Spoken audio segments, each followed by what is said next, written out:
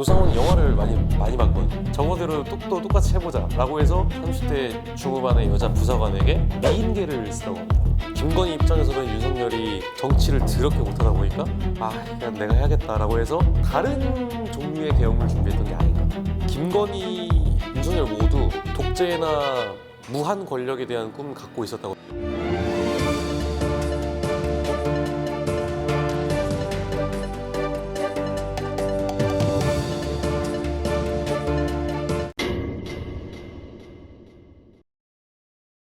이번 특검의 발표를 보면서 윤석열하고 김건희가 일단 사이가 굉장히 안 좋고, 윤석열이 김건희에게 정치 권력으로만 좀 따져봤을 때 되게 외톨이였다. 그리고 김건희 입장에서는 윤석열이 정치를 더럽게 못하다 보니까 그냥 내가 해야겠다라고 해서 본인이 좌지우지했잖아요. 실제로 인사 개입도 하려고 했고, 실제로 한 정황도 있고. 특검팀은 김 여사가 대통령 배우자의 신분을 이용해 각종 인사와 공천에 폭넓게 개입했다고 밝혔습니다. 근데 윤석열은 자기 와이프가 그렇게 하고 있으니까 자기가 계속 무시를 당한 것 같으니까 뭐라도 해야겠지라고 해서 계엄을 준비를 했던 것 같습니다. 김건희, 윤석열 모두 독재나 무한 권력에 대한 꿈을 갖고 있었다고 저는 생각을 해요. 근데 김건희는 다른 종류의 계엄을 준비했던 게 아닌가. 근데 실제로 또 다른 류의 계엄이라고 한다면 저는 소통할 수 있는 사람이 김영현이나 노상원밖에 좀 없다고 생각을 해요. 김영현 경호처장이었고, 김건희와 노상원의 결정적인 연결고리가 김충식이라는 인물이 있잖아요. 근데 그 인물에 대해서는 특검 수사를 안 했어요. 노상원과 어울려 다니던 이제 군 예비역 장성분들의 그 모임이 있어요. 성우회라는 단체가 있습니다. 그 단체의 이제 핵심 원로 멤버들이 이제 김충식이라는 분한테 후원을 받았는데, 노상원도 그 후원을 받던 인물 중 한 명이었습니다. 근데 그 관계가 굉장히 꾸준하게 10년 넘게 이제 이어져 왔고, 그러다 보니까 자연스럽게 그러면 김건희라는 사람도 알 수 있지 않았을 거라는. 12.3 비상계엄 사태 이틀 전인 12월 1일 경기도 안산 상록수역 근처 롯데리아. 노상원 예비역 정보사령관과 문상호 당시 정보사령관, 정보사 소속 정모, 김모 대령 이렇게 4명이 점심 무렵 모였습니다. 거기에 참석을 하셨던 분들하고 제가 여러 번 소통을 했었어요. 노상원이 자기 자동차 블랙박스에 담긴 녹취가 있는데, 부하하고의 통화에서 자기가 부의를 돕고 있다, 비선으로 돕고 있다는 게 있거든요. 나라가 하도 그래서 저 같은 경우는 부의하고 이렇게 좀 도와드리고 있어요. 비선으로 제가 왜 바빴는지 아실 거예요. 근데 거기서 이제 그 부의는 확실히 윤석열을 의미하는 그 부의였습니다. 근데 이 부의가 윤석열이 아니라 만약에 김건희였다라는 그런 추정도 있지만, 어쨌든 저희가 그때 만났을 때 들었던 거는 윤석열이 연락처를 보여줬는데 거기 그 연락처 이름이 김건희2더라. 어쨌든 노상원이 선택을 했던 연극 장교들은 진급 실패 위기에 놓여있던 사람들이거든요. 당시 정 대령은 정보사 비밀요원 유출 사건에 연루돼 진급이 어려운 처지였습니다. 정 대령은 노 씨가 김용현 전 장관과의 친분을 내세우며 진급을 시켜주겠다고 해 따를 수밖에 없었다고 진술했습니다. 노 씨는 다른 현역 간부들도 같은 방식으로 가스라이팅해 롯데리아 내란 모의에 가담시켰습니다. 그러면 이제 이런 사람들을 포섭하기 위해서 노상원 입장에서 과시하려고 하는 그런 성격이 좀 있다 보니까, 근데 그 번호가 김건희가 실제로 쓰는 번호인지는 모르고 자기가 원래 저장하고 있던 이름을 김건희2로 임의로 바꿔서 내가 김건희랑 연락을 하고 있다라는 걸로 어느 정도 좀 허언 또는 허세를 부리는 그런 걸로 우리를 속였을 수도 있다.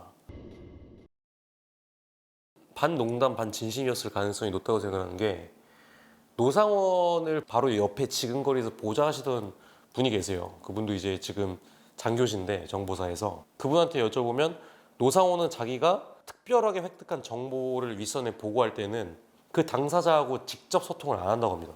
연락을 할 때는 그 부관이나 자기가 믿을만 하다고 생각하는 사람을 통해서 연락을 한다고 합니다. 김건희 특성도 좀 비슷하거든요. 김건희에게 저촉을 하려고 했던 뭐 이명수 선배, 아니면 저희 건진법사 같은 경우에도 김건희의 행정관들을 통해서 접촉을 했잖아요. 문고리 3인방. 그게 또 우연찮은 게 이 김건희2라고 저장되어 있던 그 연락처가 김건희 그 문고리 3인방 중에 한 명이 쓰던 핸드폰 그 닉네임이에요. 유경욱 전 행정관이었나 정지원 전 행정관이나 그 두 사람 중 한 명이 쓰던 그거였거든요. 근데 노상원이 그걸 어떻게 알았는지는 모르겠는데 뭐 어쨌든 어느 정도 연결고리는 있을 거라는 그런 정황들은 너무 많고 근데 실제로 특검에서 어디까지 깊숙하게 개입을 해서 들여다봤는지는 모르겠지만 노상원하고 김건희가 직접 연락을 한 그런 이제 물적 증거를 찾지 못해서 그렇게 이제 발표를 했던 게 아닌가 저는 그렇게 보고 있습니다. 심합니다. 예. 그냥 팩트로 말씀을 드리면 노상원이 영화를 많이 봤거든요. 영화를 되게 좋아해가지고 007이랑 미션 임파서블 굉장히 많이 봅니다. 첩보 관련 영화를 보면 저거대로 뚝도 똑같이 해보자 라고 해서 실제로 정보 사령관이 되고 나서 이 양반이 무슨 짓을 하냐면 자기 그 휘하했던 정보사 30대 중후반의 여자 부사관에게 제3국에 가서 미인계를 쓰라고 합니다. 근데 뭐 실제로 정보기관에서 그렇게 하는 경우도 있긴 하지만 사령관이 직접적으로 그렇게 하라고 하지 않거든요. 누구 콕 집어가지고 너 갔다 와. 너 어디 가서 그 뭐 중국이든 어디 정치인 만나서 그 사람이 친해져. 그러면 그 나라는 공산당이 지배한 나라니까 북한 애들에 관한 정보를 받을 수 있을 거야. 말도 안 되는 소리죠. 개소리입니다, 진짜. 그럼 또 그걸 또 이제 굉장히 자랑스럽게 생각합니다. 근데 그 부사관이 정보를 못 들고 오면 너는 자격이 없어. 뭐 이런 식으로 이제 좀 꼬투리 잡고 그냥 제정신이 아니죠. 그냥 말 같지도 않은.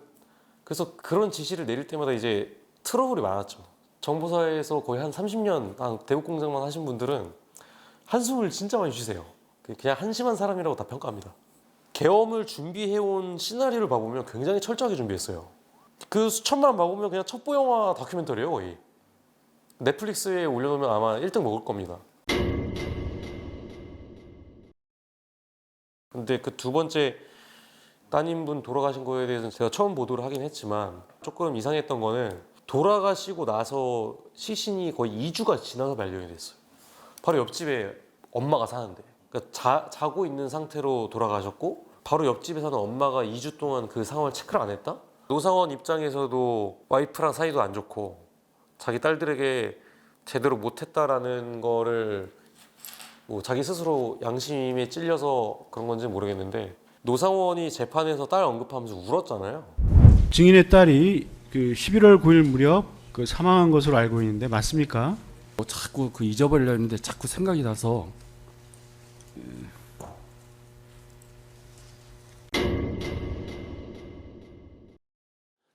저는 그렇게 보입니다. 왜냐하면 정보사에서 근무를 하신 분들의 노상원에 대한 평가는 제가 아까 말씀드렸던 것처럼 굉장히 과장된 상상의 나래를 잘 펼치는 사람이에요. 007이랑 미션 임파서블 같은 영화를 봤다고 했잖아요. 근데 자기 딸이 갑자기 죽은 거에 대해서 인정을 못 할 거 아닙니까? 그리고 딸이 죽었는데 얼마나 힘들겠어요. 누구나 다 힘들 수 있죠. 근데 되게 좀 황당한 그런 상상들을 많이 했다고 들었어요. 그 자리에서 자기 딸을 간첩이 암살을 한 거다. 그런 발언을 계속했대요. 북한 간첩들이 암살한 거다. 뭐 독살했다. 근데 부검 결과 그런 흔적이 아예 없었거든요. 타살의 흔적이. 그럼 그냥 주변 사람들 입장에서는 제 맛이 갔다라고 생각하시죠. 근데 그러고 나서 장례식장이 끝나고 얼마 안 지나서 노상원이 김영현 전 국방부 장관의 장관 공관을 계속 찾아가요. 하루도 빠짐없이. 그 사건을 취재를 했던 제 입장에서는 이 사람이 딸이 죽어서 맛이 가가지고 뭐 북한 간첩이 죽였다는 그런 헛소리까지 했는데 김영현한테 형님 이거 빨리 계엄을 선포해야 된다라고 들들 볶지 않았을까. 저는 그렇게 추정을 하는 거죠. 실제로 노상원 수첩에도 미국 협조라는 단어가 있어요. 반드시 계엄을 선포할 때는 미국 협조를 받아내야 된다. 그런 수첩에까지 구체적으로 적어놨는데 갑자기 12월 4일에 조태용이 CIA 쪽 사람을 만나기로 예정이 되어 있었는데 그 전날에 계엄 선포를 해버린다?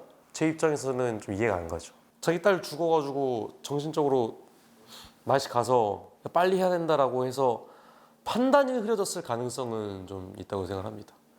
다만 노상원이 지금 이제 받고 있는 재판에 심신미약을 주장을 하더라도 거기에 영향은 전혀 없을 거다.